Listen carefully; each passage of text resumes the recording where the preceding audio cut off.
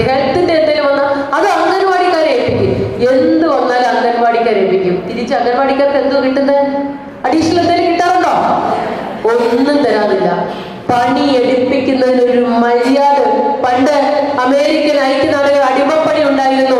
ആ അടിമപ്പണിക്ക് സമാനമായി കൂലി കൊടുക്കാതെ ഈ കേരളത്തിൽ അംഗൻവാടി ജീവനക്കാരെ കൊണ്ട് പണിയെടുപ്പിക്കുന്ന സർക്കാരുകളോട് ഒന്നേ പറയാനുള്ളൂ. കാലം സാക്ഷി, ചരിത്രം സാക്ഷി. ഇതിനൊക്കെ പകരം ചോദിക്കാതിരിക്കുമോ, പകരം വീട്ടാതിരിക്കുമോ പിന്തുണക്കാർ. തീർച്ചയായും നിരന്തര പോരാട്ടത്തിലൂടെ നമുക്ക് ഇതിനെതിരായുള്ള നിലപാടുകൾ കർക്കശമാക്കി ഒരായുസ് മുഴുവൻ അംഗൻവാടിയിൽ കുഞ്ഞുങ്ങളെ വളർത്തി ഈ സമൂഹത്തെ വളർത്തിയെടുക്കാൻ വേണ്ടി പ്രയാസപ്പെടുന്ന അംഗൻവാടി ജീവനക്കാർക്ക് മതിയായ സേവന വേതന വ്യവസ്ഥകൾ പരിഷ്കരിക്കുകയോ അവരുടെ ആരോഗ്യ സംരക്ഷണത്തിന് ആവശ്യമായ നിലപാടെടുക്കുകയോ ചെയ്യാത്ത സാഹചര്യത്തിൽ ആ അവകാശം ഉറപ്പുവരുത്തുവാനും അഡീഷണൽ ആയിട്ട്, അതായത് കുഞ്ഞുങ്ങളെ നോക്കുന്ന ICDS-ന്റെ ബന്ധപ്പെട്ട് നിങ്ങൾ ചെയ്യുവാനുള്ള ഔദ്യോഗികമായ കൃത്യനിർവഹണത്തിനപ്പുറത്തേക്ക് എന്ത് തൊഴിലെടുത്താലും അതിന് കൂലി തരണം എന്ന കൃത്യമായ നിലപാടോട് മുന്നോട്ട് പോകുമ്പോ നിങ്ങളെ സംസ്ഥാന സർക്കാർ ജീവനക്കാരായി പരിഗണിക്കണമെന്നുള്ള ഏറ്റവും പ്രഥമവും പ്രാധാന്യമുള്ള ഒരു ആവശ്യം സർക്കാരിന്റെ മുന്നിൽ വെച്ചിട്ട് കാലമേറെയായിട്ടും അതിൽ അടയിരിക്കുന്ന സർക്കാരുകൾ, കേന്ദ്ര സംസ്ഥാന സർക്കാരുകൾക്കെതിരെയുള്ള പോരാട്ടമായി കൂടി ഇത് മുന്നോട്ട് പോകേണ്ടതാണ്.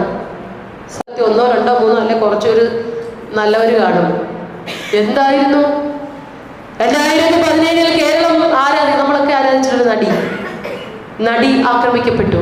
ഞാനന്ന് സംസ്ഥാന മഹിളാ കോൺഗ്രസ് കമ്മിറ്റിയുടെ പ്രസിഡന്റാ. കാസർഗോഡ് ഇവിടെയുള്ള മഹിളാ കോൺഗ്രസിലെ കാലത്ത് പ്രവർത്തിച്ചവർക്കറിയാം. തിരുവനന്തപുരം മുതൽ കാസർഗോഡ് വരെ വിവിധ പരിപാടികൾ നടത്തി. എറണാകുളത്ത് 3-4 സമരങ്ങൾ നടത്തി.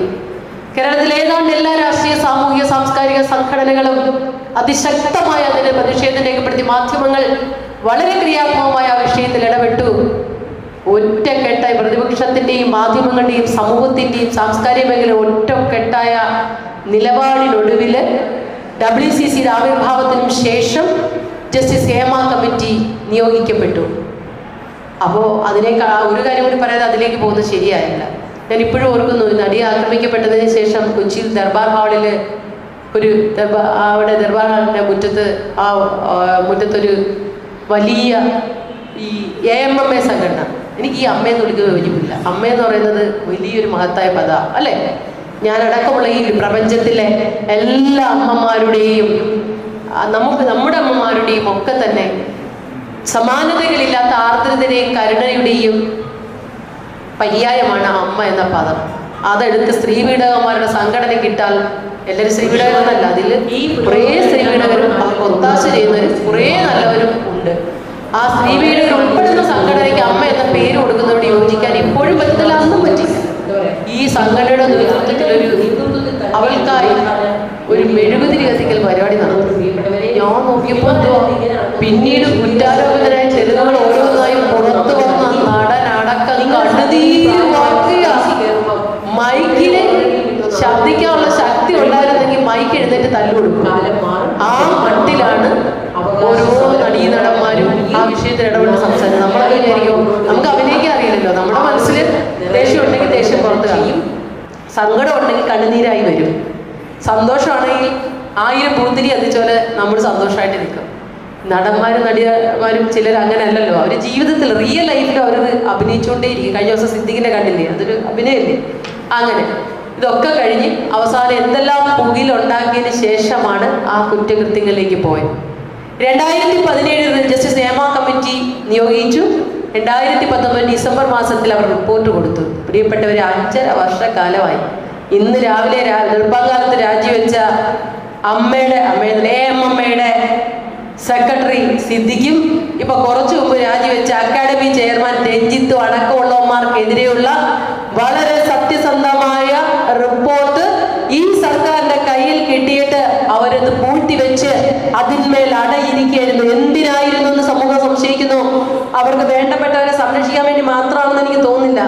ബ്ലാക്ക് മെയിൽ രാഷ്ട്രീയവും ഒരുപക്ഷെ ഉണ്ടാകാം, ആളുകൾ സംശയിക്കുന്നുണ്ട്. കാരണം സിനിമാക്കാരല്ലേ, അപ്പോ കോടികൾ തടയുമോ എന്നുള്ള അന്വേഷണം ഉണ്ടോ, അതിനുള്ള വേണ്ടിയാണോ എന്ന് ചിലരെങ്കിലും സംശയം പ്രകടിപ്പിക്കുന്നു. നമ്മൾ ആ സംശയത്തോട് യോജിക്കുന്നു. എന്തിന്?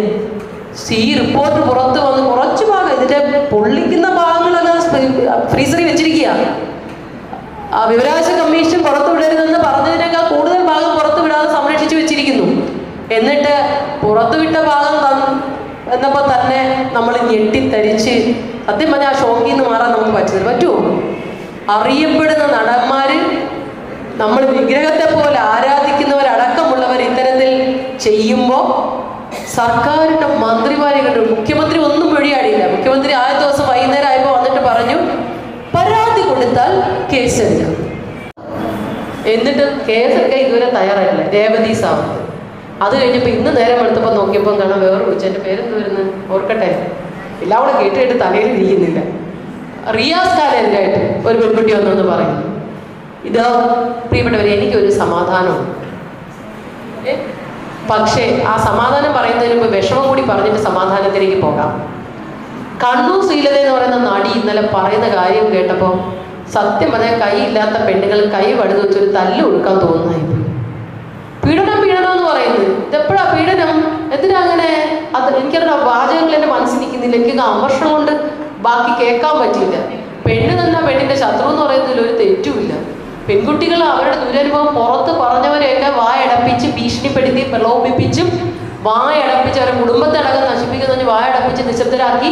ഇപ്പൊ ഒരു അവസരം വന്നപ്പോൾ അവരവരുടെ വേദന തുറന്നു പറയുന്നത് കണ്ണൂർ ശ്രീലത ഞങ്ങൾക്ക് ഇങ്ങനൊന്നും ആയിട്ടില്ല, ഇതൊക്കെ ചെയ്യുന്നത് ശരിയല്ല, ഈ പെണ്ണുങ്ങൾ ഇങ്ങനെ പറയാൻ പാടില്ല, ഇത് എല്ലായിടമൊക്കെ ഉള്ളതല്ലേ, ഇവിടെ സിനിമയിൽ മാത്രമല്ലല്ലോ, വേറെ എവിടെയും നടത്തി അന്തസ്സായിട്ട് തിരിച്ചു പറഞ്ഞ് അപ്പം തന്നെ നടപടി എടുപ്പിക്കാൻ പറ്റില്ലേ? നമ്മുടെ ഇടയിലെങ്ങനെ ഒരാള് പറയണ്ട ചെയ്യണ്ട ഒരു നോട്ടം നോക്കിയാൽ അപ്പൊ തന്നെ അകത്താകുന്ന പണി നമുക്കറിയാം അല്ലേ? അഭിമാനമാണ് നമുക്ക് വലുത്, ബാക്കിയൊക്കെ രണ്ടാമത്തെ കാര്യമാണ്. അതേ സമയത്ത് സിനിമാ മേഖല എയർ ടൈറ്റായി കുറെ വിഗ്രഹങ്ങള് അങ്ങ് ദന്തഗോപുരങ്ങൾ ഇരുത്തി വെക്കുമ്പോൾ യുവമാരൊക്കെ എന്ത് തോന്നിയാസം കാണിച്ചാലും മിണ്ടിക്കൂടാന്നുള്ളതാണ്.